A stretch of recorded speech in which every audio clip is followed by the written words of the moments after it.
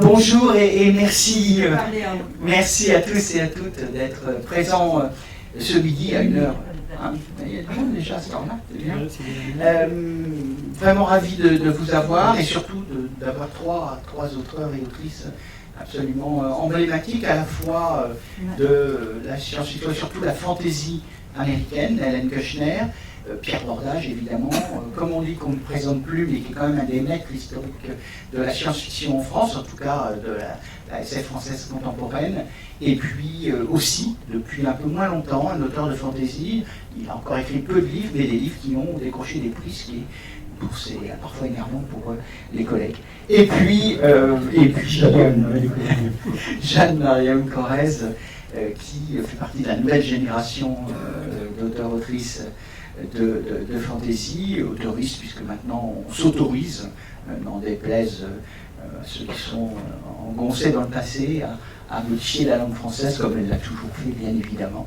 Il n'y a que ceux qui ne le savent pas et qui ne sont pas curieux, qui crient dès qu'il y a un mot nouveau, qui apparaît, surtout quand il est utile, pour éviter de dire auteur et autrice ou de dire qu'auteur. Je ne vais pas reprendre des débats un peu stériles, je pense que les choses avancent et que si les gens de notre génération sont capables d'évoluer et d'avancer, y compris sur la langue, tout le monde doit y arriver, surtout dans les jeunes générations. Ceci étant dit, on va donc aborder la question des mondes enviables de la fantaisie. Je poserai d'abord la question de savoir s'il y en a. Mais pour ceux et celles qui ne connaîtraient pas quand même nos auteurs, j'ai pris quelques petites notes et donc je vais vous les présenter très brièvement. Hélène Keuchner est donc née en 1955 à Washington, aux États-Unis, comme chacun sait. Passionnée d'histoire médiévale, Hélène a dirigé une collection de fantaisie avant de se lancer dans l'écriture.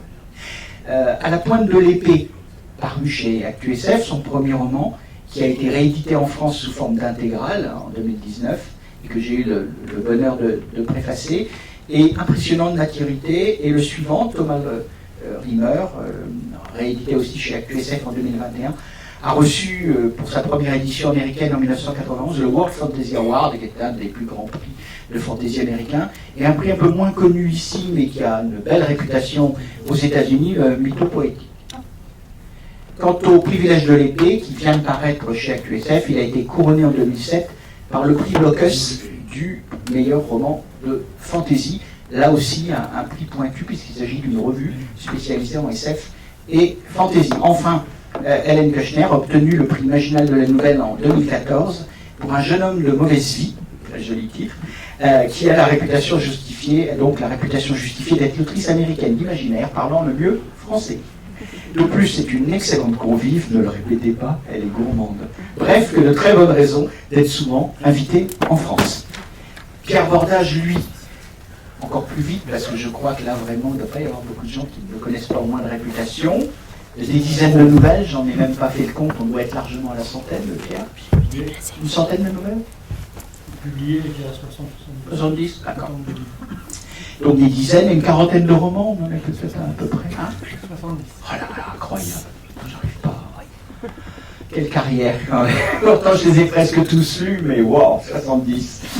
Depuis donc 1992, date de ses débuts, Pierre s'est imposé comme l'un des maîtres incontestés de l'imaginaire contemporain, et même un peu au-delà, puisqu'il a fait quelques incursions brillantes en roman noir et en blanche même à quelques occasions. Hostile aux églises dogmatiques, à l'intolérance religieuse et à tous les intégrismes, Pierre Bordage est néanmoins passionné par le religieux, comme en témoigne l'Évangile du serpent, au diable Vauvert, aux lectures contemporaines iconoclastes du mythe christique. Il s'intéresse aussi beaucoup à l'histoire moderne. L'Enjolinneur trilogie consacrée aux guerres de Vendée met en scène une guerre civile franco-française peu abordée dans la fiction, sinon de façon souvent partisane et anti-républicaine, un écueil qu'il a su habilement éviter. Il a d'ailleurs eu pour cette trilogie, en particulier, je crois que c'était le premier, le prix Imaginal du meilleur roman de fantaisie. Et puis, l'ouvrage qui mêle fantaisie, traduction de l'Ouest, donc, a été récompensé. Quant à la trilogie chronique inaugurée par ceux qui sauront, elle évoque un monde où Jules Ferry a été fusillé par les royalistes et où, depuis, l'école est réservée aux privilégiés, une uchronie dystopique, comme on dit dans notre langage de spécialiste. Mais évidemment, last but not least, comme on dit, Pierre Bordage est un maître du space opéra, pour la plupart publié aux éditions Latanante, même si le dernier du genre, le 10e vaisseau, a été publié chez Scrio dans la collection de Janine, et ça a été un bonheur de travailler pour la première fois, il y a longtemps qu'on le fait sur des nouvelles, avec Pierre Bordage, travailler avec un grand professionnel. Pour une directrice de collection, même qui a de l'expérience, c'est vraiment toujours un plaisir et un bonheur, et le livre est très bon. Ce qui est en plus, voilà, je peux le dire, je suis un peu partisane, mais sinon je n'aurais pas publié. Pierre Bordage a obtenu une multitude de prix littéraires, dont en 1997 pour le cycle de Wang, La Talente, le prix Tour Eiffel de science-fiction, qui n'existe malheureusement plus aujourd'hui, qui était le prix de SF le mieux payé du pays, et vraiment très bien payé. Parfois plus cher que le livre n'avait été payé. Et puis pour terminer, ça sera un peu plus court, parce qu'elle est beaucoup plus jeune, Jeanne-Marième Corrèze, qui est née à Saint-Denis en 1994. Elle est actuellement surveillante, il faut bien travailler parfois quand on veut s'imposer dans la littérature, et on n'est pas toujours auteur à temps plein, on en dira peut-être un mot à la fin de notre débat. Elle prépare un BTS en gestion forestière par les temps qui courent. Bravo et merci pour cet engagement. Et puis c'est une jeune autrice, c'est à ce titre-là qu'elle est parmi nous que je l'ai rencontrée. Le chant des cavalières au bouton électrique, c'est son premier roman, je l'ai beaucoup aimé, je l'ai dit à l'époque, donc c'est pas par flagornerie parce qu'elle est là. Babelio, site bien connu, le présente comme un roman faussement classique, au style sensible et envoûtant, et je trouve que, pas toujours sur Babelio, parfois c'est un peu approximatif, parce que ça cite très grand public, on ne va pas leur reprocher, et là je trouve que la définition brève est très juste. Pour dire vite sur son livre, puisque c'est la jeune génération et je présente ce petit livre rapidement quelques mots, j'ai repris ça sur Babelio, je trouvais ça très bien là aussi. Un royaume divisé, instable, des forces luttant pour le pouvoir, un ordre de femmes chevauchant des dragons, des matriarches, des cavalières, des écuyères, et parmi elles, Sophie, qui attend. Le premier sang, le premier vol, son amante, son moment. Des réponses à ces questions. Pour trouver sa place, elle devra louvoyer entre les intrigues de la cour et son ordre, affronter ses peurs et ses doutes, choisir son propre destin, devenir qui elle est vraiment. J'ajoute qu'il y a aussi quelques hommes, a priori blancs, de plus de 50 ans, probablement hétérosexuels, et même c'est le cas pour l'un d'entre eux. C'est pas grave non plus, il y en a très bien, j'en compte parmi mes amis. Ceci étant dit, je précise aussi, parce que c'est important, et comme ça après ça met tout le monde à l'aise, le respect est une chose partagée. On dit Jeanne-Marième, mais néanmoins on dira Yel, ou voire il, et elle est très à l'aise avec ça, et donc nous aussi. Ceci étant dit, on peut démarrer. Je m'excuse pour cette petite intervention un peu longue, mais je tenais à présenter un peu nos auteurs et nos autrices et leur travail. Donc, quand la présidente du festival m'a proposé de modérer un débat sur les mondes enviables de la fantaisie, je me suis dit, excellente idée, excellent sujet. Et quand j'ai vu, à part Jeanne-Marième, qui correspond parfaitement au thème, quand j'ai vu qu'il y avait Hélène Keuchner et Pierre Bordage, j'ai réfléchi brièvement en me disant, en fantaisie, bon, est-ce que les mondes qui nous décrivent sont des mondes enviables? Et comment notre bien-aimée présidente comprend-elle le terme monde enviable? C'est ce qu'on va essayer de voir ensemble avec nos trois auteurs et autrices. Pierre Bordage, pour commencer, vous avez donc... on l'a vu, 70 romans, une soixantaine de nouvelles, plein de projets encore, des livres parus, réédités, etc. Vous avez quand même beaucoup écrit de science-fiction, essentiellement de la science-fiction. Et puis, vous êtes lancé avec un diptyque qui s'appelle Arcane, qui est paru aux éditions Bragelonne, et dont le premier volume a décroché le prix Imaginal, et de deux. Vous avez donc écrit une fantaisie violente, brutale, avec des choses assez terribles comme on en trouve parfois dans la fantaisie épique. Une ville, on peut dire qu'il y a beaucoup de totalitarisme dans cette ville, on en reparlera. Bref, est-ce que Arcane, Pierre, est un monde enviable en fantaisie? J'ai envie de dire que c'est un monde en vie, déjà. C'est-à-dire qu'il existe, donc s'il existe, c'est qu'il est enviable. Ceci dit, c'est vrai que c'est ma première excursion en fantaisie pure, mais effectivement j'avais fait mon jeu mineur de la fantaisie historique, donc j'étais un peu... Et puis j'ai fait du space opéra, comme vous l'avez dit, et le space opéra, à maints égards, ressemble énormément à la fantaisie dans ses thématiques et dans ses personnages. Le terrain de jeu n'est pas le même, parce que c'est plutôt l'espace. Il n'y a pas de chevaux, mais plutôt des vaisseaux spatiaux. Mais je pense que les moteurs de récit sont un petit peu les mêmes. Souvent, dans le space opéra, vous avez des mondes médiévaux, pseudo-médiévaux. Et le merveilleux est incarné par la science, du coup. Une pseudo-science aussi, d'ailleurs, parce que la science qui permet d'éviter les lumières n'existe pas. Donc, pourquoi Arcane? Parce que je me suis dit, ben voilà, j'ai fait des approches de la fantasy historique, space opéra, et j'aimerais beaucoup travailler dans un monde de fantasy pure. Donc voilà, j'ai créé Arcane, une ville à 7 niveaux, dont il faut un guide pour franchir les niveaux, parce que ce sont 6 paires, ce sont des labyrinthes entre chaque niveau, et avec des familles qui vivent en haut, des familles régnantes qui vivent tout en haut, puis après ça se dégrade quand on va vers le bas. Comme souvent dans notre monde où la hauteur signifie la richesse et la puissance.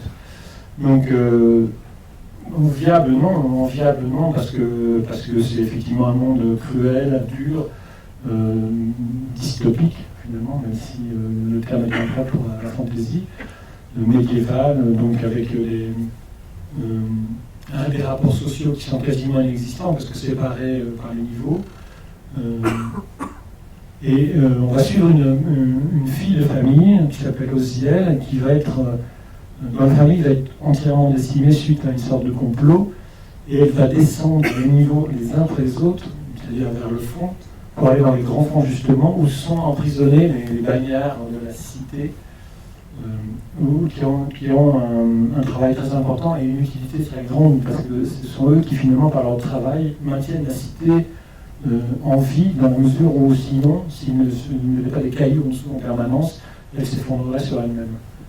Donc c'est cette histoire-là, avec elle a un petit dragon, parce qu'il faut mettre un dragon dans la fantaisie, c'est ce qu'on m'a dit. Et donc elle a un petit dragon qu'elle se balade, avec lequel elle se balade, et son dragon c'est son symbole, c'est le symbole de sa maison. Et ce dragon qui a des colères, bien qu'il soit petit, il a des grosses colères, va lui apprendre à maîtriser son caractère et à arriver au bout de sa mission. Deuxième série, cette fois-ci une trilogie, donc elle était parue avant, c'est l'Enjeu mineur. Les guerres de Vendée, là aussi, c'est pas très enviable, les guerres civiles franco-françaises. Une guerre civile n'est jamais enviable, quoi qu'il en soit. Pourquoi j'ai fait cette série? C'est parce que je suis vendéen, et dans ma famille, ce sont des paysans. Moi, je suis né dans le monde agricole, je suis né à la ferme. Je suis un pur produit de la ferme, je peux dire.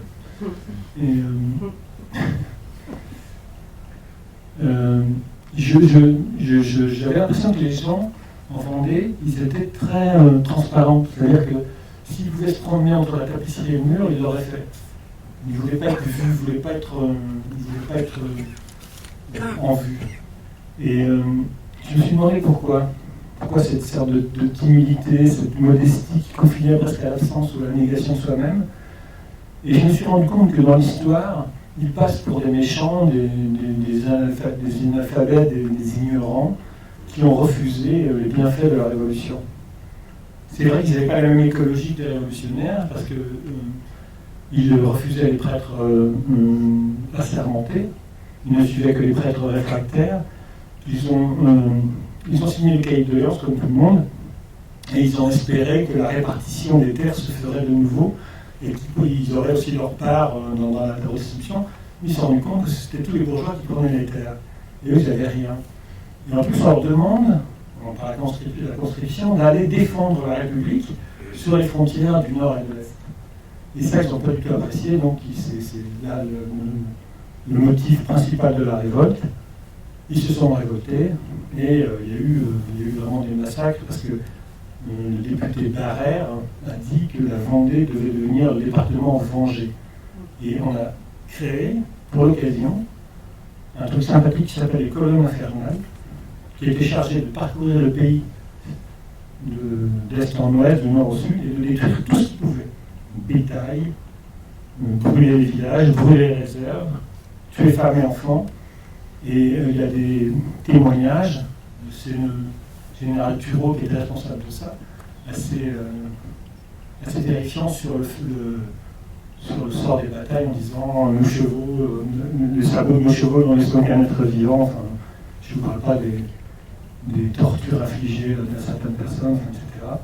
Donc ça a été assez atroce. Par exemple, les hussards de la République, des vrais hussards, pas les instits des années 1900, avaient l'habitude de couper les oreilles des prisonniers ou des morts et de s'en faire des colliers pour manifester leur puissance.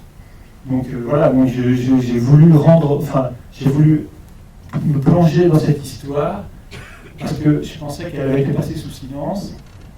Et je me suis effectivement renseigné auprès des historiens plutôt jacobins, c'est-à-dire pro-révolutionnaires, et des historiens pro-vendéens. Et j'ai essayé de passer au milieu pour tenir compte de tous les avis et de toutes les différences. Aborder des sujets qui restent toujours un peu, c'est peut-être ça qui est enviable, c'est oser aborder par l'imaginaire, par le biais de l'imaginaire, de la métaphore. Oui, j'ai ajouté un peu d'imaginaire parce que je ne voulais pas être trop sérieux par les historiens qui sont des gens très sérieux en général et qui vous disent remarquable travail scientifique. Cependant, cependant, ce n'est pas le papier 7, mais c'est le papier 6. Alors j'ai dit, ouais, c'est une erreur de frappe. Et donc j'ai introduit la fantaisie parce que ce qui m'a paru intéressant, si c'était d'opposer le petit peuple avec ses croyances et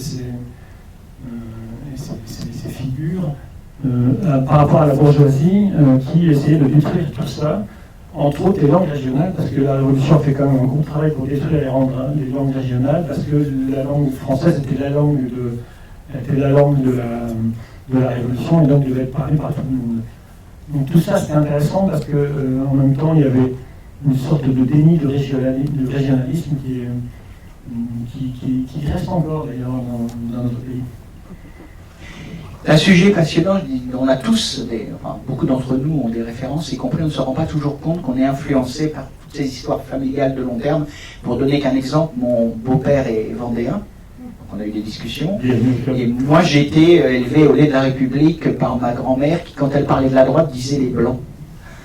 Et parlait des bleus pour la gauche. Donc, oui, c'est les bleus, voilà, absolument. Et donc, comme quoi, c'est des choses qui sont et qu'on retrouve en littérature. Et oui, bien sûr, je crois qu'aujourd'hui, et c'est aussi le mérite du travail de Pierre, les colonnes infernales ont existé. Après, on peut discuter sur l'ampleur et le projet, terrorisé clairement. Disons, ça va entre 150 000 et 350 000 morts selon les sources. Voilà, mais il y a des massacres et on peut appeler ça des crimes contre l'humanité. Oui, absolument. C'est le mot génocide que je refuserais parce que ça correspond pas. On appelle un peu plus. Voilà, mais crime contre l'humanité, c'est pertinent. Voilà. Donc la fantaisie, les mondes enviables, c'est pas les mondes nécessairement décrits, Pierre, je crois qu'il vient de nous l'expliquer, mais ce qui est enviable, c'est d'aborder par le biais de la fantaisie des vrais sujets. Si je résume un peu. Oui, c'est exactement ça. Hélène Keuchner, enviable, est-ce que le monde, l'univers des Bordeaux, c'est amusant d'ailleurs, aujourd'hui ici, même si on est dans l'agglo de Bordeaux, les Bordeaux, elle appelle cet univers. Je prends la pointe de l'épée, puisque c'est le premier texte que j'ai lu, que j'ai eu le bonheur de préfacer dans l'intégrale et qui a été repris ensuite en version poche chez Elios.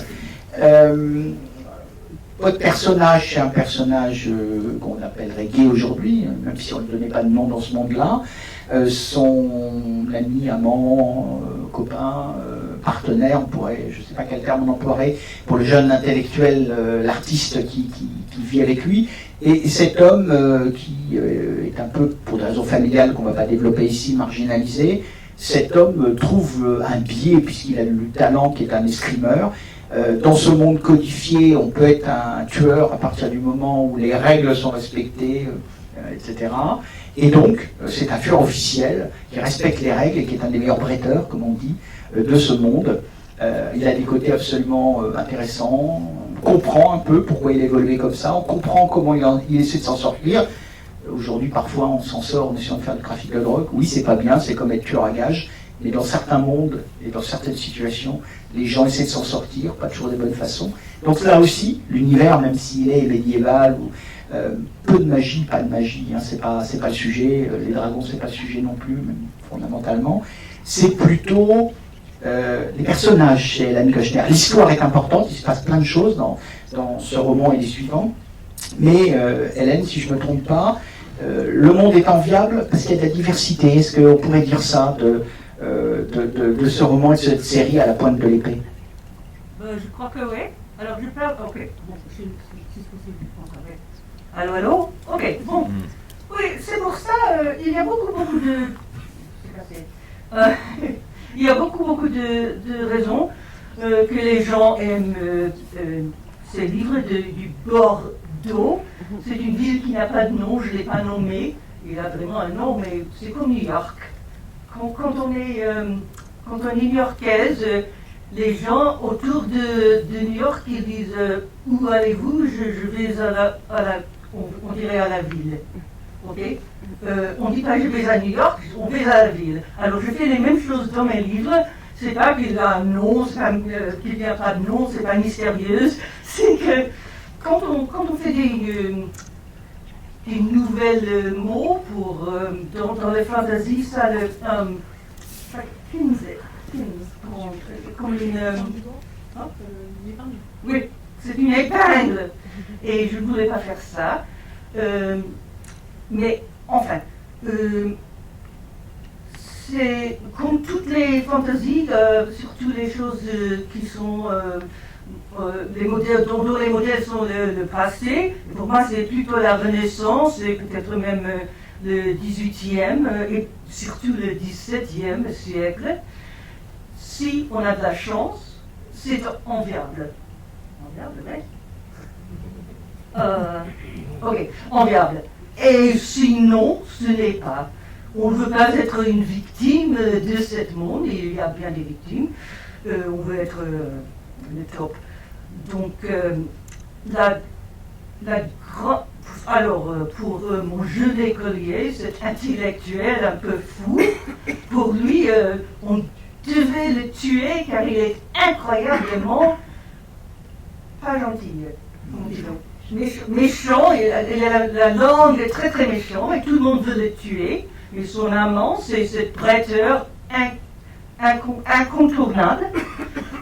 Donc, bon, pour lui, c'est bon, même s'il n'a pas cet amant. Ok. Et la grande. Il y a beaucoup. Ce qu'on cherche quand on lit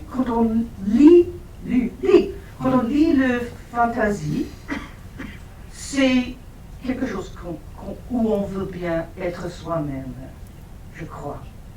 Alors, il y a beaucoup de choses enviables, je crois, dans ce monde, si on est une des personnages qui ont de la chance.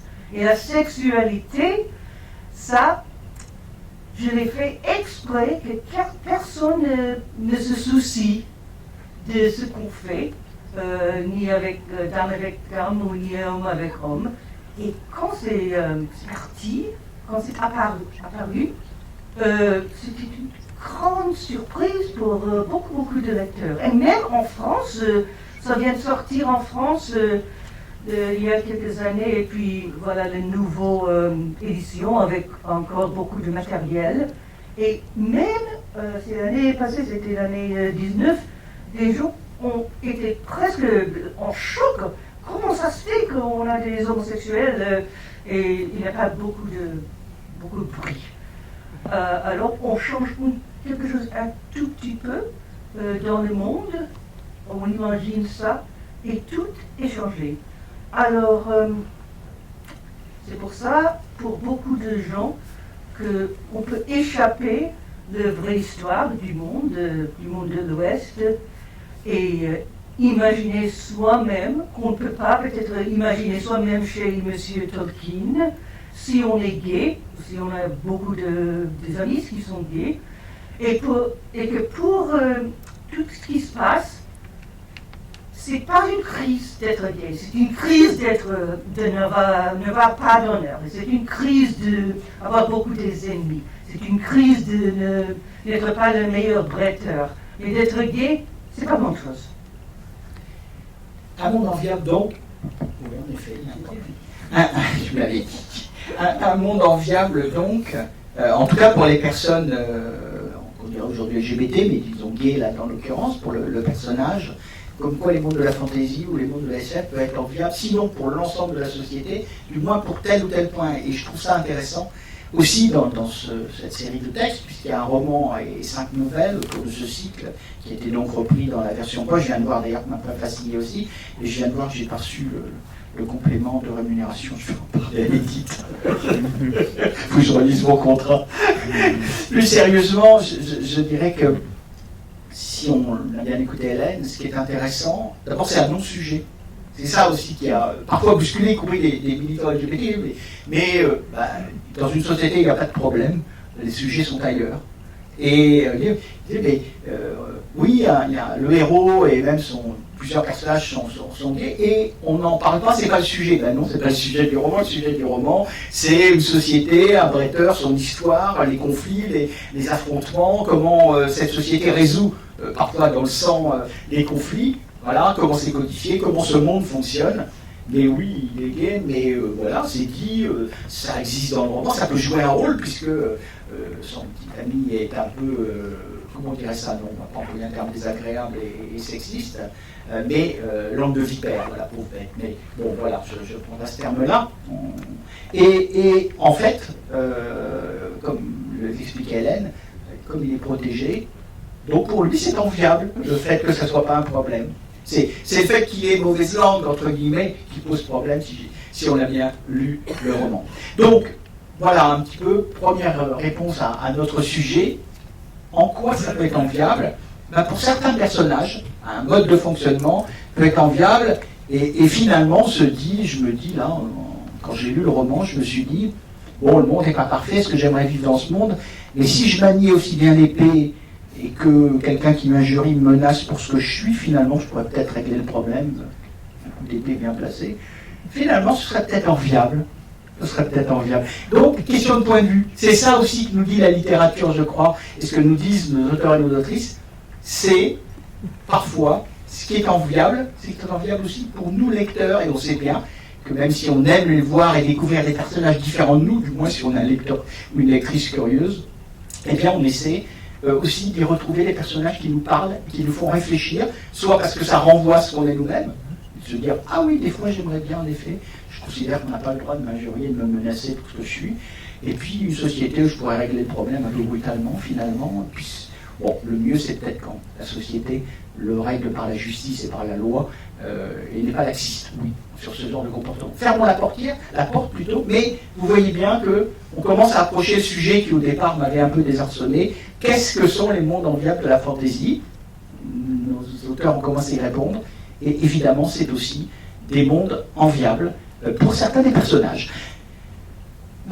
Jeanne Mariam Corrèze, le chant des cavalières, il y a en tout cas principaux personnages, pour les qualifier de lesbiennes, beaucoup d'entre elles en tout cas, ou un genre un peu fluide comme on dit aujourd'hui, je ne réfère pas vraiment à un genre, ou un genre évolutif, enfin bref, pour ceux qui pensaient que le monde était totalement binaire, je comprends l'angoisse qui les saisit, mais la lecture peut parfois nous amener à nous projeter, enfin en tout cas j'espère que c'est le bonheur que vous éprouvez tous, quelle que soit vos façons de penser, etc., de découvrir des livres nous bousculer par la métaphore et le bonheur qu'on a à lire nous amène à dire oui, finalement je n'aurais pas pensé, pour moi c'est pas comme ça, mais peut-être que pour d'autres ça l'est, puis c'est finalement pas gênant. Est-ce que c'est aussi, non pas le message, puisque les romanciers font pas de message, en tout cas les bons romanciers, les bonnes romancières font pas de message, est-ce que c'est un peu ça que dit aussi le Chant des Cavalières, qui avant tout, je le redis, est un merveilleux roman d'aventure? Ça marche. Alors, je sais pas si... Bon, moi c'est marrant parce que je ne considère pas du tout l'univers du Chant des Cavalières comme étant très enviable, puisque c'est le premier problème pour moi, c'est que c'est une royauté quand même. Et du coup, si c'est pas une démocratie, c'est un peu la merde. Donc c'est vrai qu'il y a quasiment que des personnages féminins, et par contre les deux personnages masculins qui existent ne sont pas des hommes blancs et hétéros. Oui, désolé. Bon, pas de meilleur. Donc ils sont d'ailleurs. Et c'est vrai que j'ai beaucoup travaillé les personnages féminins, qui est quasiment de ça, hein, c'est sur une dizaine de personnages, il va y en avoir du coup 9 qui sont des femmes. Bon, en tout cas, mais après c'est peut-être pas le sujet, enfin c'est peut-être pas, comme je disais, une question de genre, parce que finalement, comme il n'y a pas, on ne questionne pas le fait qu'il n'y ait que des personnages féminins, comme on ne va pas se dire, tiens, c'est parce que je construis une société où, on va dire, le patriarcat est inversé. Il n'y a pas de matriarcat, parce que anthropologiquement, un matriarcat, c'est pas juste les femmes sont au pouvoir et les hommes seraient oppressés. Il n'y a pas de notion d'oppression des hommes dans un matriarcat, en fait. Mais bon. Et donc, ce serait juste un patriarcat inversé, et du coup, il y aurait des luttes de genre, enfin, il y aurait une lutte entre les genres, avec des hommes qui chercheraient à s'émanciper et des femmes qui imposeraient un pouvoir. Moi, je ne me pose pas la question, c'est juste que j'ai que des personnages féminins, il y a quasiment que ça, et voilà. Il n'y a pas de... Personne personne ne recherche à se demander il devrait y avoir plus de place pour les hommes. Je trouve qu'à un moment, il y a une petite phrase quand même dans des personnages qui dit « Oh, on a 2 mecs qui dirigent le pays en ce moment, c'est quand même pas courant, franchement, il faudrait changer ça. » Et tout le monde dit « Oh, oui, c'est bien, c'est bien. » C'est très secondaire.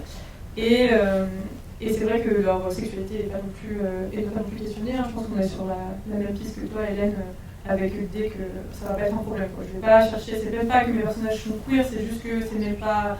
On va même pas se poser la question de ce qui se passe, et tout le monde a la sexualité qu'il ou elle a envie d'avoir, et on en reste là, on va pas aller plus loin, on va pas chercher, ce sera pas ça le conflit. Le conflit sociétal ne sera pas sur une lutte de genre, une lutte pour la liberté d'aimer qui on veut aimer. Ma lutte préférée, c'est la lutte des classes, donc forcément, le sujet il est là pour moi. C'est une vision intéressante, je trouve, justement, y compris dans la nouvelle génération d'auteuristes, on va dire, d'auteurs et d'autrices si vous préférez, parce que traditionnellement, c'est vrai que la SF et la fantasy étaient quand même, pas que, mais très largement composés de personnages masculins. Il y a plein de romans, plein de films où vous voyez que des personnages masculins, où les femmes, elles sont là pour amener le plateau de café. Il y a une scène dans 2001 Odyssée de l'espace qui reste un merveilleux film, ou dans le vaisseau spatial, à part une adjointe mais qui ne joue pas un rôle important, vous voyez bien que c'est les hôtesses de l'air qui passent dans le vaisseau spatial du futur, rien n'a changé. Sur ce plan, Kubrick n'a pas imaginé un futur différent. C'est un futur fondamentalement patriarcal. Et ça, je trouve ça assez fascinant de voir que toute une série d'artistes, que ce soit des auteurs de romans, ou que ce soit des auteurs de cinéma ou de séries, n'arrivent pas, en projetant des sociétés futures, à les imaginer un minimum différentes, voilà, sinon dystopiques, comme on voit aujourd'hui avec un certain nombre de séries télévisées en particulier. Vous voyez à quelle série de SF je fais allusion. Qu'est-ce qui est enviable dans les romans? On a vu, pas nécessairement la société, mais les façons. Est-ce que ce qui est enviable pour vous dans un roman de fantasy, est-ce que c'est la liberté justement d'imaginer d'autres cadres? Hélène Kushner? Oh, moi, ok. Oui. Des autres cadres, oui, mais surtout ce qui m'intéresse, ce sont mes personnages. Et je cherche toujours à leur placer dans un endroit assez intéressant où je veux balader moi-même. C'est pas vraiment une bonne réponse, je crois. Est-ce que j'ai bien compris? C'est la réponse d'Hélène. Bon, d'accord, ok. Car il y a des gens pour qui le fantasy, c'est surtout le monde qu'on crée, et puis on cherche pour des personnages pour balader. Et pour moi, c'est l'opposé. Oui. Le monde me sert. Le monde me sert. Le monde sert mes événements et les personnages. Et ça, c'est un peu rare en fantasy, mais bon, c'est moi. Mais je tire les éléments de mon monde, de toutes les choses que j'ai vues dans la vie, de tous les livres que j'ai lus, de toutes les villes, les villages, les pays où j'ai voyagé. Et on les trouve toujours dans des tout petits morceaux partout. Car ça peut être, on m'a dit fréquemment, ça peut être un roman historique, une fantasy. On a privilège de l'épée. C'est une jeune fille qui veut être dans un roman de Jane Austen et elle se trouve dans un roman de Kushner croisé avec Dumas. Alors, c'est que je fais une grande mélange. Et c'est un peu de Londres de Shakespeare, un peu le Londres de Jane Austen, un peu la France de qui d'autre. Donc c'est une mélange. Et ça m'a plaît beaucoup, de créer quelque chose comme ça. Et j'ai le 3e livre qui n'est pas sorti en France, mais je l'ai écrit avec ma copine, ma femme, Delia Sherman, qui est là. Et elle s'intéressait à l'université. Je parle parfois de l'université dans la ville. Et Bordeaux, c'est un tout petit coin de la ville, il faut expliquer. Donc, l'endroit de l'université, c'est quelque chose d'autre. Alors, je lui ai dit, alors, faites une université pour moi. Créer quelque chose, et je vais te dire si c'est mauvais ou non. Alors elle pensait peut-être à Cambridge et Oxford, et elle dit non, c'est plutôt comme le Paris de Pierre Abelard et Héloïse. C'est une université urbaine. Et armée avec ça, elle a créé quelque chose d'incroyable.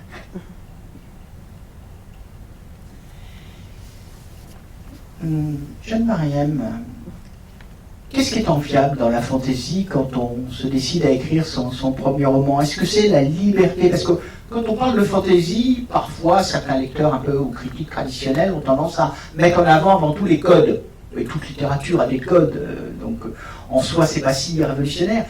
Est-ce que ce qui vous intéresse dans la fantaisie, ce qui vous a poussé à écrire un premier roman de fantaisie, c'est la liberté que vous avez trouvée dans le genre? Alors, si j'ai écrit un roman de fantasy, c'est parce que je ne lis que ça, et je n'écris que ça. Donc j'aurais voulu écrire ce qu'on appelle de la littérature blanche. Je ne pense pas que j'y serais arrivée, et ça ne m'intéressait pas.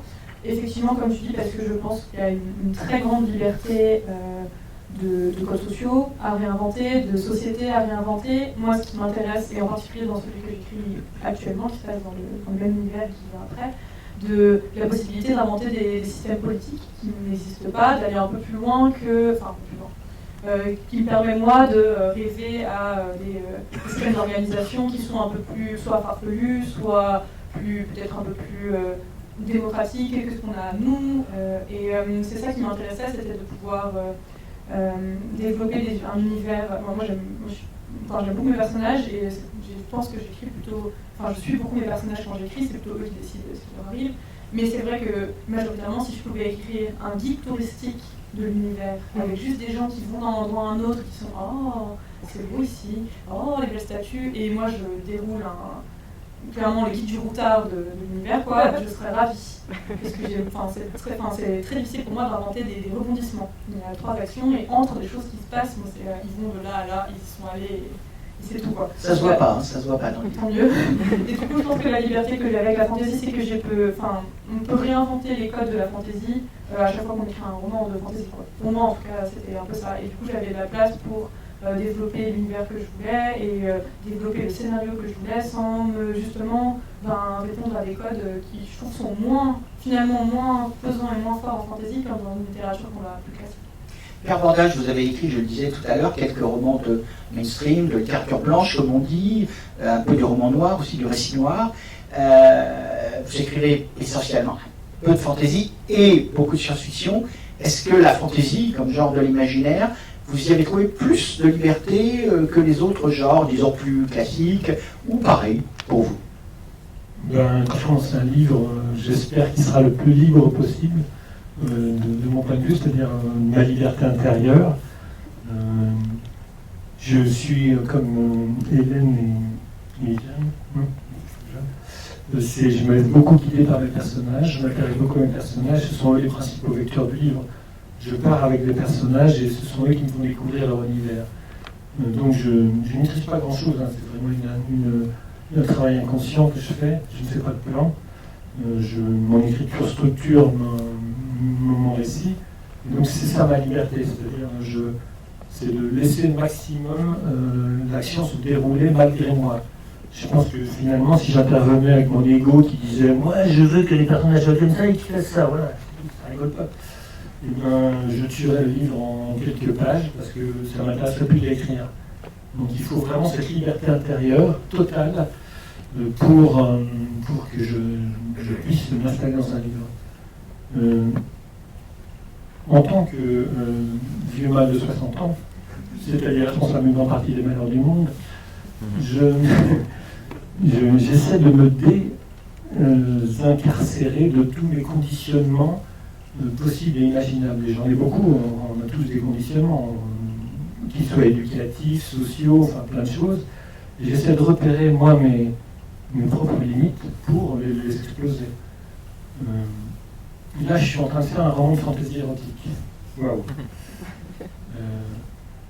C'est compliqué. C'est une écriture extrêmement compliquée parce qu'il y a plein d'enjeux.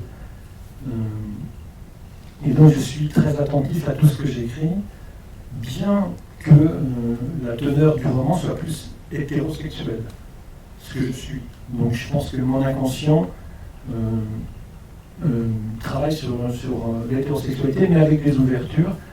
Et je découvre à l'occasion des amours entre femmes, des amours entre hommes, ce que je n'avais jamais fait. Donc voilà, ça élargit ma palette et je suis très content de ça. Mais ça, c'est vraiment un travail de liberté intérieure. C'est une conquête de la liberté intérieure, un roman à chaque fois.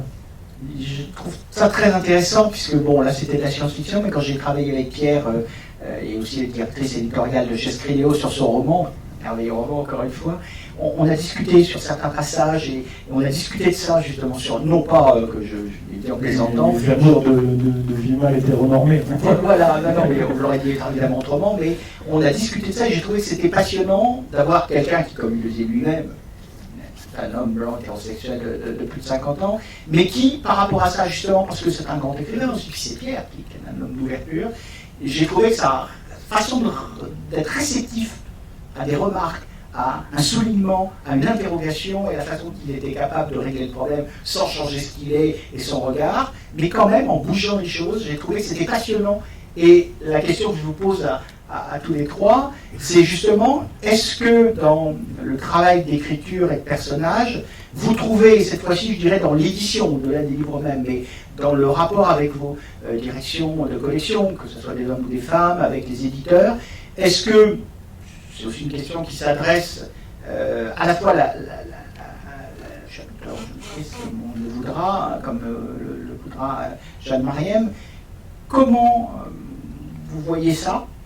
Est-ce que vous avez des soucis de contrôle des éditeurs des Dircol par rapport à votre liberté d'inventer des personnages, d'avoir une majorité de personnages féminins dans ce roman? Ce ne sera peut-être pas le cas dans tous, etc. Est-ce que les mondes enviables de la fantaisie, c'est les mondes de liberté, y compris au sein de l'édition, par rapport à d'autres formes d'édition? Et pour les deux auteurs de la génération d'avant, est-ce que, c'est pas déshonorant, je suis dans la barque, donc je suis à l'aise avec ça, est-ce que votre liberté, Pierre vient de parler de liberté intérieure, est-ce que vous avez conquis au fur et à mesure des années de votre travail cette liberté? Pierre a déjà répondu. Et est-ce que vous avez aussi besoin, plus ou moins, de conquérir cette liberté vis-à-vis des éditeurs, des responsables de l'édition, ou est-ce que vous avez rencontré aussi des directeurs et directrices de collection un peu plus ouverts et un peu plus à l'écoute de ces nouvelles problématiques? Voilà un peu un ensemble de questions, et c'est vers ça que je voudrais, puisqu'on approche de la fin de notre rencontre, poser la question des mondes enviables de la fantaisie, par aussi les mondes enviables de la liberté éditoriale d'écrire ce que vous voulez. Pierre, puisque vous aviez commencé un peu sur ça. Oui, j'ai jamais subi de contraintes de la part des éditeurs. Quelques remarques parfois, mais jamais de contraintes. Donc moi je me suis toujours senti libre d'explorer ce que j'avais envie d'explorer, aussi bien dans les romans de littérature générale que dans les romans de fantasy ou de genre, enfin de SF. J'ai jamais senti une quelconque oppression de quiconque pour m'interdire d'écrire dans une certaine direction. Donc j'ai jamais eu ce problème-là. Moi j'ai pas eu de soucis non plus, enfin ça n'a pas été...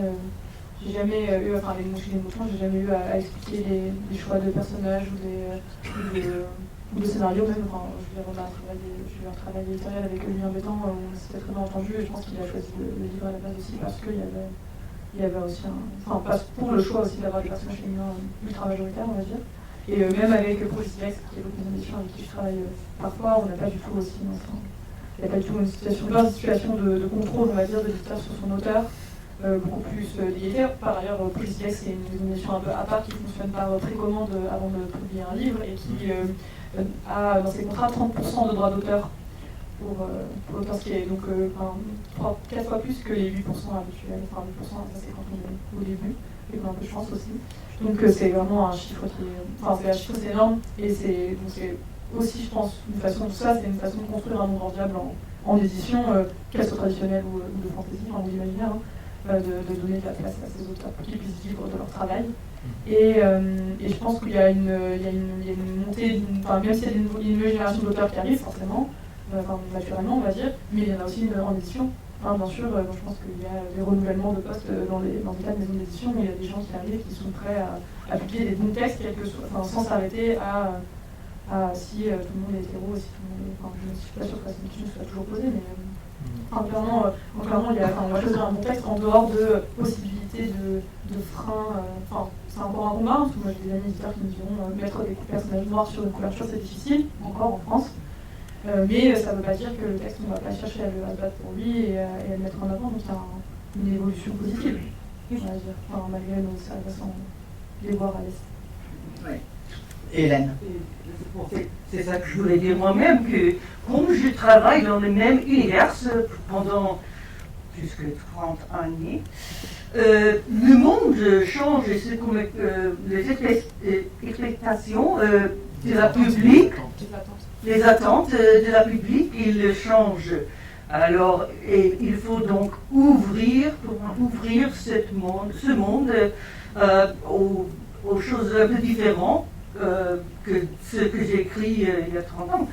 Alors, j'avais beaucoup de la chance d'avoir écrit une prélude à la pointe de l'été, préquel, avec beaucoup de gens. C'était coopératif et c'était sur Internet et ça s'appelle Tramontaine.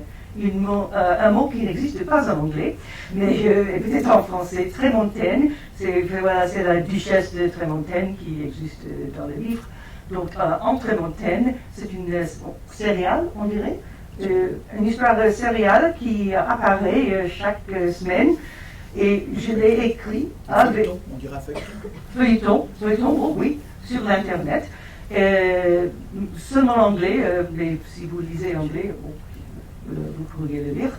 Et pour ça, j'avais des écrivains qui déjà aimaient mon monde, mais qui sont plus jeunes que moi, quoi, et avec des gens de couleur et d'autres gens, et on a poussé les barrières. Par exemple, il n'y a pas de gens de couleur dans le monde apparemment, à la pointe de l'épée. Mais on se demande, ils buvent beaucoup de chocolat. D'où vient ce chocolat? Ça ne vient pas de l'à côté, de juste à côté des voisins. Il faut des gens qui sont un peu bruns, qui emportent le chocolat. Donc, est-ce qu'ils vivent dans cette ville? Oui, car ils sont des marchands et un peu... non, je ne peux pas en français. Ils sont des marchands et ils ont un petit coin qui ne sont pas eux-mêmes. Ils ont des histoires eux-mêmes aussi et ils font un peu des affaires avec Madame la Duchesse de Tramontaine. Alors ça ouvre le monde toujours. Et il y avait beaucoup de gens qui m'ont demandé, est-ce que ça te gêne de changer votre monde avec les autres gens? Et j'ai dit, au contraire, ça me donne de plus en plus plaisir. J'ai des partenaires qui aiment aussi tout ça, mais qui veulent ajouter des choses et me le donner comme cadeau. Je peux intervenir, il y a une question qui se pose maintenant, c'est celle de la légitimité. Est-ce qu'on a le droit de tout écrire à propos de tout?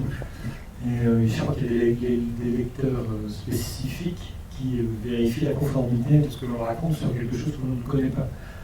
Là, je pense qu'il y a peut-être une petite atteinte à la liberté de l'auteur. Et donc, il faut faire plus confiance aux auteurs, parce que je pense qu'un auteur, c'est pas quelqu'un qui va asséner, si, il y en a certainement qui vont asséner des idées, des détails à la pensée. Mais voilà, je pense qu'il y a un petit danger sur la profession d'auteur, parce que je ne serais pas légitime, normalement, en tant que mec hétérosexuel, de parler d'amour homosexuel féminin. Mais je pense que je peux le faire. Je pense que je peux le faire et je le fais. Et certains éditeurs vont imposer des lectrices spécialistes pour voir si on ne se plante pas. Donc voilà, c'est la nouvelle tendance. Je ne sais plus comment on appelle ces lecteurs. Oui, sensibility rider. Moi, j'appelle ça des traqueurs de stéréotypes. Traqueurs de stéréotypes. Mais on a des stéréotypes dans les bouquins. Enfin, je pense que c'est la liberté de l'auteur, quoi. Encore faut-il qu'il soit assumé, Ouais, explicité, ouais. voilà. Pas le produit de nos propres préjugés ou de nos ignorances. Quand on travaille sur une communauté dont on ne fait pas partie, moi je ne fais pas partie de ceux qui ont une vision que moi je qualifierais d'un peu intégriste, de dire t'as pas le droit parce que tu peux pas mettre de personnage gay ou de lesbienne ou bisexuel ou parce que tu ne l'es pas. Non, ça me paraît parce qu'il n'y a plus d'écriture libre. En revanche, la chose qu'on attend quand tu n'es pas concerné, que tu ne connais pas bien le sujet, c'est que tu te renseignes et au besoin tu fais lire quelques passages à des amis qui eux sont concernés et qui te mettront en garde, diront non là c'est pas crédible parce que ça fonctionne pas comme ça, tout simplement. Mais même ça interdirait quasiment à des auteurs masculins de parler de personnages féminins, à des auteurs féminins de parler de personnages masculins, ce qui serait... Je pense pas que pour moi c'est pas dans ce... moi je suis plutôt comme toi pour tracker de préjugés, mais je pense que c'est plutôt c'est pas dans un aspect de venir contrôler si ton écriture est bonne, mais dans le sens plutôt de comme, je sais pas, on ferait une recherche, j'écrirais pas un roman qui se passe dans les royaumes gréco-bactriens en Afghanistan au 7e siècle, enfin après, au 1er siècle avant Jésus-Christ, sans avoir lu un minimum de recherche sur ce que c'est l'Empire d'Alexandre le Grand et le métissage qui a eu lieu, et que c'est le bouddhisme, etc. Et là, c'est la même chose. On fait dans tout le roman historique. C'est une question de recherche et de... Mais en tant qu'auteur, pour moi, un auteuriste de qualité est capable de faire ça déjà par lui-même. Après, ça peut se faire avec travail avec d'autres ou soi, hein, ça c'est ce qu'on assume derrière chacun ses choix, mais c'est quelque chose qui est naturel pour un auteur, puisque l'idée c'est de se mettre dans la tête de quelqu'un d'autre, puisque sinon on écrirait une autobiographie à la première personne. Ce dont j'ai peur, c'est que ce Sun City le Reader soit lui-même, ait lui-même ses propres préjugés ou ses propres limites. Donc, où interviennent les limites des uns et des autres, je ne sais pas trop, quoi. On arrive à la fin de notre rencontre. Je voulais quand même encore vous poser une petite question rapide là. Je pense en parlant de futur enviable, là aussi c'est une révolution, lutte de classe, populaire. Dans Les Seigneurs de Bohême, un remarquable roman de fantasy d'Estelle Faye que je vous recommande vivement.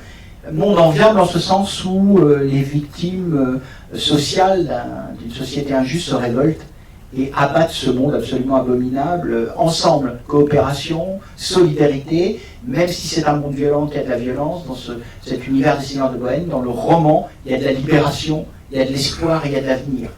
C'est aussi ça des futurs et des mondes enviables dans la fantaisie. Est-ce que, au-delà de vos propres ouvrages que je vais rappeler pour conclure, est-ce que vous auriez un roman qui vous viendrait comme ça dans le domaine de la fantaisie, qui serait, tel que nous l'avons défini évidemment et pas au premier degré, un monde enviable de fantaisie, un titre et un collègue à recommander à notre public, les uns et les autres? Pierre? Surprise comme ça, la question traite. Un monde enviable de fantaisie. Si on n'a pas de titre fantaisie qui vient, allez, on faut pas être sectaire, on fait un titre de SF. Mais non, j'en ai pas là. Enfin, il n'y a rien qui me vient, j'ai une sorte de blanc. Je suis content, c'est la première fois que je colle Pierre. J'ai le cerveau déconnecté.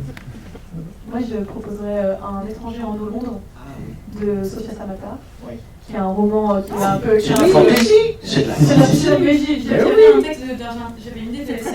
C'est de la fantaisie. Il est très français, récemment, il est ressorti chez les éditions. Si, j'en ai un, c'est L'espace d'un monde de Becky Chambers. Ah, absolument. Ok, ouais, c'est de la SF. L'espace d'un an. C'est de la SF, mais c'est du space opéra, donc c'est de la fantaisie. Donc... Non, mais Becky Chambers, L'espace d'un an, c'est un livre merveilleux et on ne s'ennuie pas. Vraiment, je le recommande. Pour moi, c'est vraiment un modèle de bouquin. Ouais. L'espace d'un an, j'adore. Et là, peut-être le premier degré en partie, en tout cas. Oui, en effet. Et pour Un étranger en Londres, c'est pas tant que l'univers serait propre et beau et il n'y aurait aucun souci, hein, mais c'est que pour moi c'est l'histoire d'un mec qui va quelque part et qui fait vraiment du guide touristique, donc c'est pour ça que ça me plaît tant. Et qui fait du chemin. Il fait La vie en viable. mais c'est absolument magnifique. C'est ce que tu disais tout à l'heure, c'est ton envie de... C'est ça, mais c'est pour ça. Hélène Keuchner, un titre comme ça? Non, je suis totalement d'accord avec mes collègues. Eh bien voilà, bah oui, j'ai cité une autrice française et cité deux autrices américaines, et en effet, ces trois livres-là qu'on vient de citer ensemble sont vraiment des livres merveilleux. Chez Becky, ce qui est incroyable, c'est qu'on se sent bien soi-même après avoir lu son livre. On est baigné d'une sorte d'euphorie. pour nous dire qu'on va arriver à la fin, mais c'est très bien. J'en profite pour remercier évidemment nos 3 intervenants et intervenantes. Je voulais aussi rappeler quelques titres. Donc l'Enjeu mineur que vous trouverez au Diable Vauvert et aussi réédité. Non, c'était Le Talent. Le Talent, pardon. Réédité chez J'ai lu. Oui, je confonds avec l'autre série christique chez Diable Vauvert. Oui, j'ai aussi à la Talent. Trilogie des prophéties. Parce que c'est vrai que je pense pour Space Opéra, c'était un abordage à la Talent, mais cette série de fantasy aussi, décidément, et aussi. Il y aura évidemment aussi toute la série des romans de fantasy, et en particulier À la pointe de l'épée d'Hélène Kushner, que vous trouverez chez AQSF et dans la réédition Poche Helios. Et puis évidemment Le Chant des Cavalières, le premier remarquable roman de nouvelle signature de la fantaisie française. Et j'attends avec beaucoup d'impatience le prochain livre. Et quand j'ai quelques entours, on discute pour faire une nouvelle, j'aimerais beaucoup travailler avec vous. En tout cas, voilà, Le Chant des Cavalières au Mouton électrique. Vous allez vraiment retrouver nos auteurs. Si vous ne les avez pas déjà lus, ils sont sous la bulle du livre acheté et vous allez voir des heures et des heures de lecture tout à fait. Laissez-nous le temps de manger un peu. Des voix différentes et puis nous on va les manger pendant que vous allez lire. À bientôt et merci. Merci beaucoup.